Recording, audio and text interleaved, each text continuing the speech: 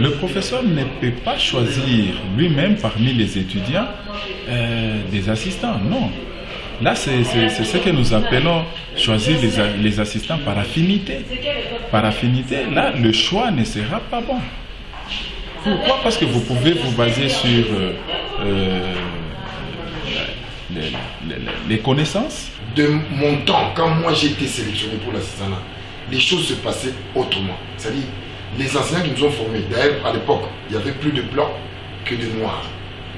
N'est-ce pas? Moi j'ai été formé plus par des blancs, des Français, des Belges, des Américains, des Roumains, plus que par des Congolais. N'est-ce pas? Alors comment les choses se passaient?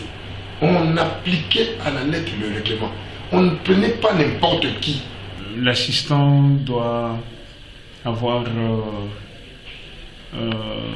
réalisé au moins une distinction tout au long de son parcours estudiantin. C'est-à-dire pendant qu'il étudie, hein, lorsqu'il réalise une distinction au moins, hein, ça constitue déjà l'une des conditions.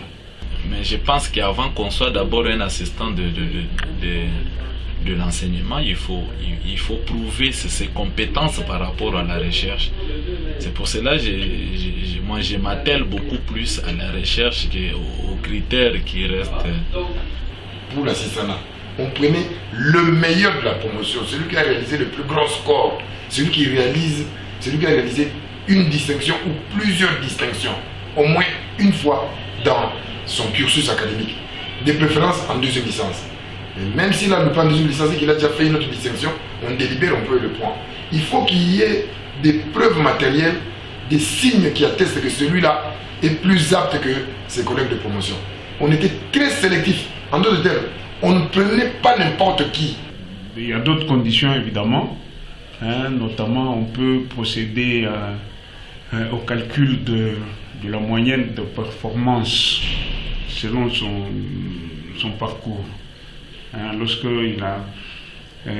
on fait la moyenne de tous les points obtenus au courant de sa formation, ainsi ça nous amène à plus de 65%, 66%, il peut aussi être recruté. Mais dans le contexte où il n'y a pas d'autres candidats qui auraient réalisé beaucoup plus de performances que lui.